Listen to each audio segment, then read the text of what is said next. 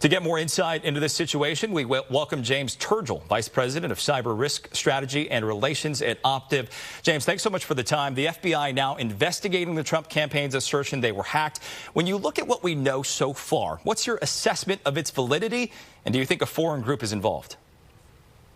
Thanks for having me. Yes, based on the recent Microsoft reporting, and just go back and look at the last 2 or 3 election cycles, there's been a significant pattern of attacks by nation states, specifically Russia, China, Iran, right? Some North Korea. So there's a continuing pattern of this, and the Microsoft Threat Intelligence Center and their reporting is usually very good about this. And so I absolutely believe that that is what happened here. Yeah. James, for next steps, 2 California lawmakers, Eric Swalwell and Adam Schiff, are calling for declassifying information and a briefing. Schiff wrote on X, quote, "Transparency is still our best deterrent against foreign influence operations." You see in the tweet here.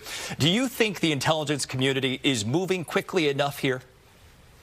So I do think the intelligence community, the FBI, our counterintelligence, and our cyber partners, especially our Five Eyes partners, are moving quickly enough and are trying to get ahead of this threat, declassifying that information, trying to uncover those sources and methods of how we actually attribute these types of cases to a particular nation state. Those are all highly classified, and they need to stay classified in order for us to maintain the ability to do that attribution now and in the future. James, we should point out you're also the former executive assistant director for the FBI Information and Technology Branch.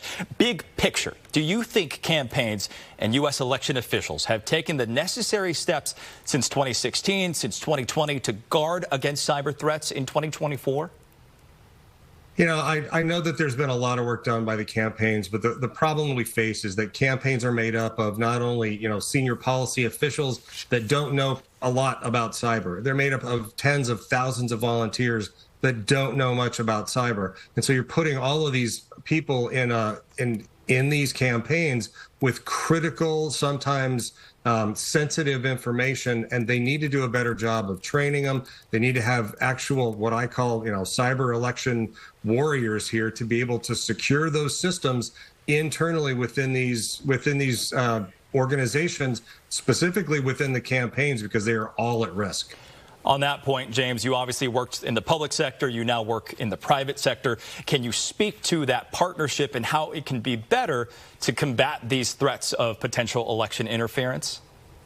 Well, certainly there has to be a public-private partnership here, right? So the FBI and our intelligence partners are doing the law enforcement piece, right? The FBI just took down the largest Russian botnet, 968 different personas that were being utilized with AI and others to wreak havoc and chaos. But the private sector, especially those organizations who are designing these general artificial intelligence models and the large language models, those organizations have a responsibility here to make certain that they're providing the appropriate data to train those models, right? You can't have the garbage in, garbage out of AI and training those models. And they have to be able to direct themselves back to legitimate websites and not just fall into this redirection hole, which is what happened with the Trump campaign, where a spear phishing email was redirected. James, for Americans and voters that are watching all of this transpire, what should they do and how concerned should they be as we approach November here?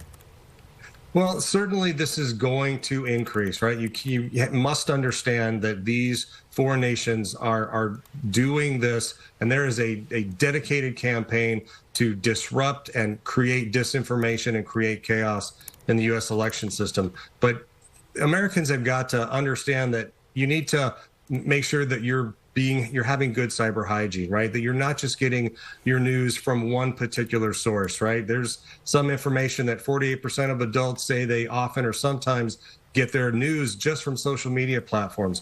You need to think of this in broader terms, and you need to have a diversity of where you get your information, because those nation states out there are targeting these social media platforms just because they know Americans are solely relying on it. Yeah, certainly good advice and certainly a conversation that will continue in less than 90 days until November 5th. James Turgal, Vice President of Cyber Risk Strategy and Relations at Optiv. Thanks so much for joining us, sir.